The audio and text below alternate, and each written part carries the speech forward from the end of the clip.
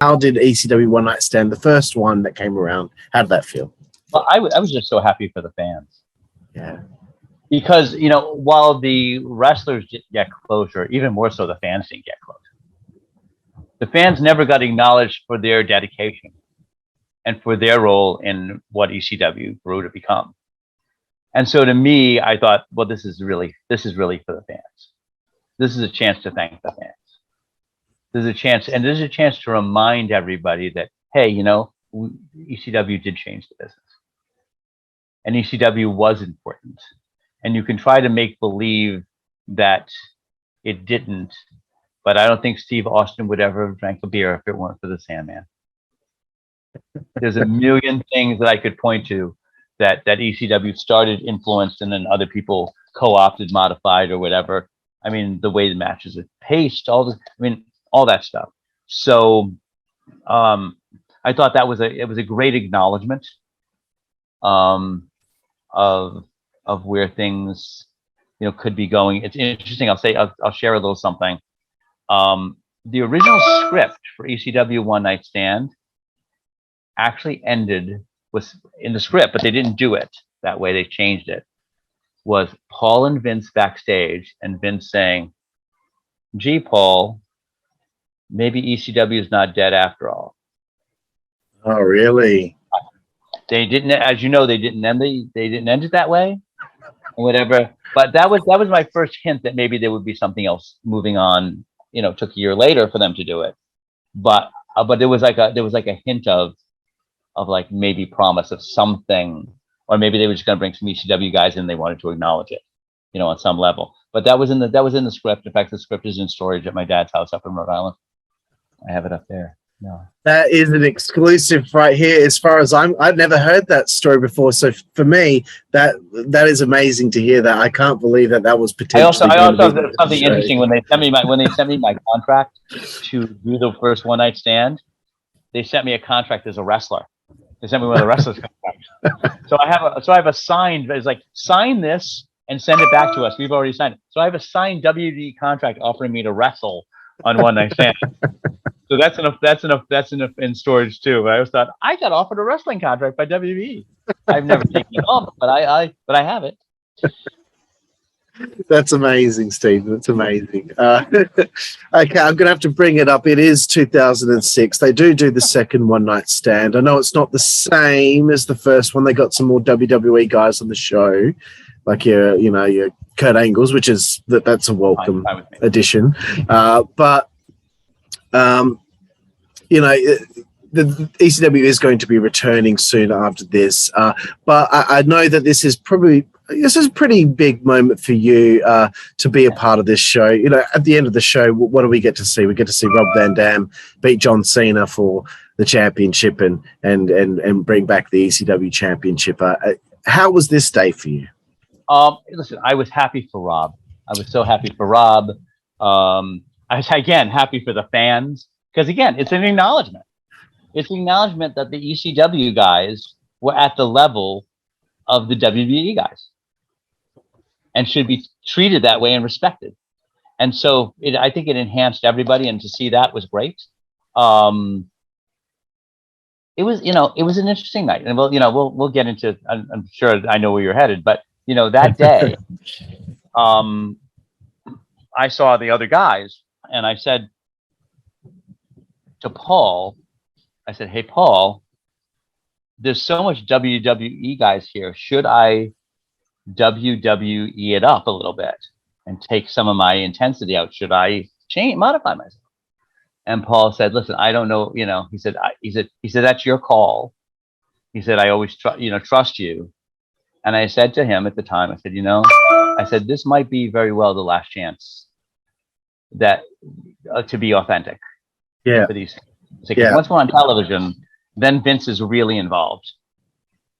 I said, and they're programming now. They're not writing scripts. They're not developing. They're programming.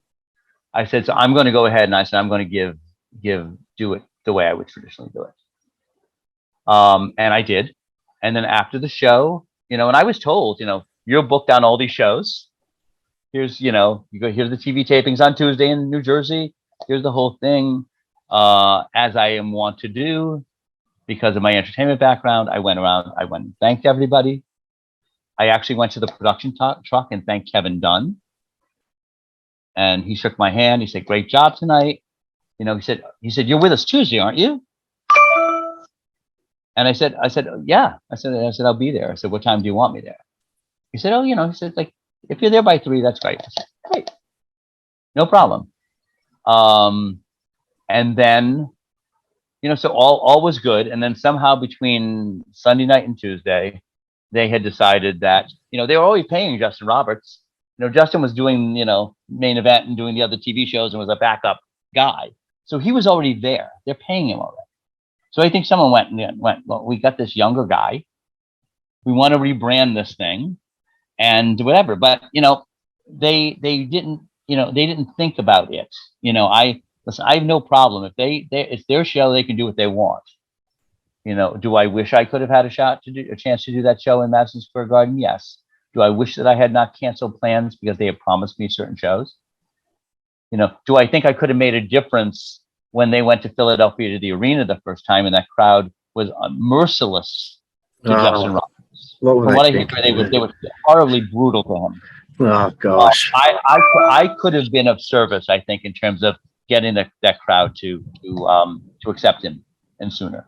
And I would have happily done that. But there was a decision, you know, all of a sudden I'm there and all of a sudden I get, you know, Justin Roberts, please come to ringside, I hear. And then someone comes and gets me and walks me to the back. And I'm like, uh-oh. So I walk to the back and they say, "Oh, you know, you're done. We're not going to use you, you know. You're done and we're not going to be using you.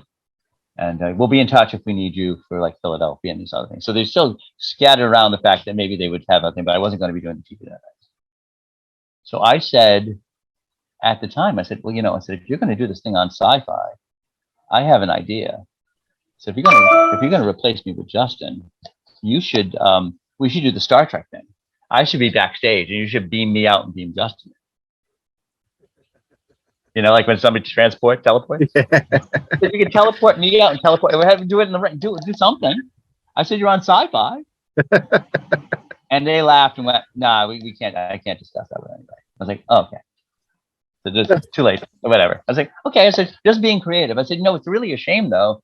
I said, "Because, you know, I mean, I will tell you that, like, in my career as a casting director, I mean, I've hired over 100,000 actors in my career, you know, and a lot of it. So I have a lot of celebrity friends who are, you know, there. And I talked to them about ECW and it's on Sci-Fi, and they said that they would come on the show. And these are major names that would have crossed over, and they would have been in the audience. They would have come to the show and agreed to whatever. So we're like, great. So, but I hadn't talked to anybody about it. So I said, you know, it's really I was talking, I'll tell you who I was. The person who walked me back was Laurintaitus.